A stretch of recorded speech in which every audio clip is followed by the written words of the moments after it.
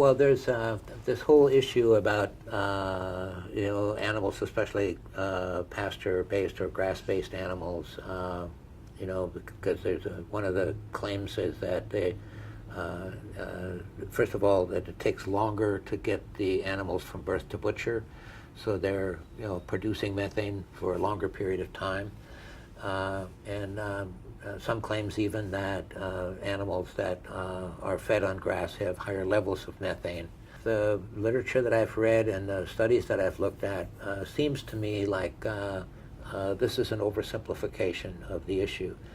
So if you have animals that are fed on grass and it takes a few more months to get from birth to butcher, so you could make a case for that. Yeah, so there's more methane being spent. But then if you're feeding them on grass, that means you've got grass-based systems out there, which are perennials, which actually sequester a lot of carbon. So you got to put that into the equation to get the balance.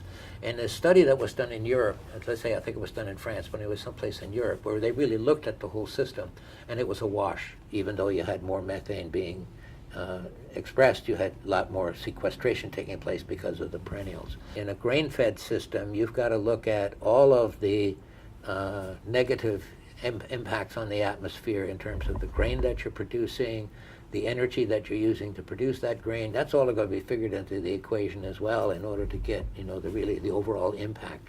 Because the thing that we have to be concerned about now is the amount of carbon.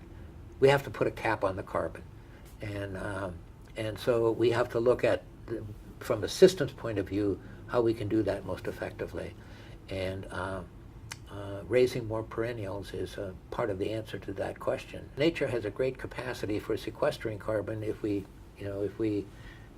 support systems in nature that do that, and so I think when we do that, we'll find that more diverse agriculture systems are going to have a more positive effect in terms of because we'll have more perennials out there, we'll have more agroforestry. We're discovering now we can produce a lot of food with agroforestry. So instead of destroying forests, we ought to be creating forests and raising food with the forests, and then having the added benefit of sequestering carbon.